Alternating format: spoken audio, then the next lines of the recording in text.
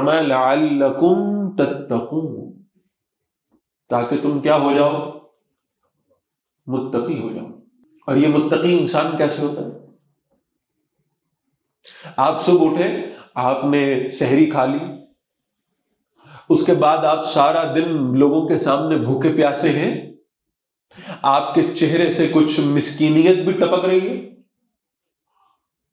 کمزوری کا احساس بھی آپ کے چہرے پر نظر آ رہا ہے، لوگوں کو یہی معلوم ہے کہ روزہ ہے، آپ اپنی زبان سے تذکرہ بھی کر رہے ہیں بھائی ذرا پیاس محسوس ہو رہی ہے، بھوک محسوس ہو رہی ہے، ٹھیک ہے، لیکن جب آپ تنہا ہیں، اکیلے ہیں، اور کوئی آپ کو دیکھ نہیں رہا، لوگوں کے سامنے آپ کا بھرم قائم ہے، لوگ آپ کو روزہ دار مان رہے ہیں، لیکن آپ چپکے سے اگر چند گھونٹ پانی کے پی لیں تو کوئی دیکھ رہا ہے کیا؟ آپ کا بھرم بھی قائم رہے گا، پیاس بھی بجھ جائے گی۔ کیا خیال؟ میں تو کئی سال پہلے سے اس کی ایک مثال عرض کرتا ہوں نا، کہ ایک آدمی لوگوں کے سامنے روزہ دار بھی ہے، نمازی بھی ہے، متقی بھی ہے، پرہیزگار بھی ہے، وضو کرنے کے لیے مسجد جاتا ہے، شدید گرمی کا روزہ ہے، وضو کرنے کے لیے تھوڑا سا پانی منہ میں ڈالتا ہے، اگر اس پانی کو کسی نے کوئی اس میئرمنٹ تو نہیں نہ لینی اس کی، اگر وہ پانی جو منہ میں ڈالتا ہے اس کا کچھ قطرے اس کے حلق سے نیچے اتار لے اور باقی باہر تھوک دے، تو کسی کو معلوم ہوگا کہ چند قطرے اس نے حلق سے نیچے اتارے؟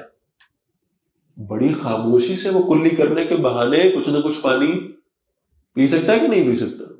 بھرم قائم رہے گا، لوگ نیک بھی سمجھتے رہیں گے، پردہ بھی رہے گا، تعریف بھی ہوتی رہے گی، اور پیاس بھی بجھتی رہے۔ کیا خیال ہے بھائی اس میں؟ کوئی مسئلہ ہے؟ لعلکم تتقون، لیکن پانی کا وہ ایک قطرہ بھی اپنے حلق سے نیچے گزارنے سے ڈرتا رہتا ہے، اس سے معلوم ہے کہ میرے ساتھ بیٹھا ہوا شخص جو وضو کر رہا ہے نا مسجد میں، اسے بھی نہیں پتہ چل رہا کہ میں نے وہ قطرہ پانی کا حلق سے نیچے اتارا ہے، لیکن اسے احساس ہے کہ بہرحال کوئی نہیں دیکھ رہا تو بھی کوئی دیکھ رہا ہے، اللہ کو معلوم ہے۔ لہٰذا یہ اللہ کا خوف ہے، یہ اللہ کا ڈر ہے، یہ اللہ کے دیکھنے کی پرواہ ہے جو اسے اپنے روزے کو قائم رکھنے کی ترغیب دیتی ہے۔ لعلکم تتقون، تاکہ تم متقی ہو جاؤ۔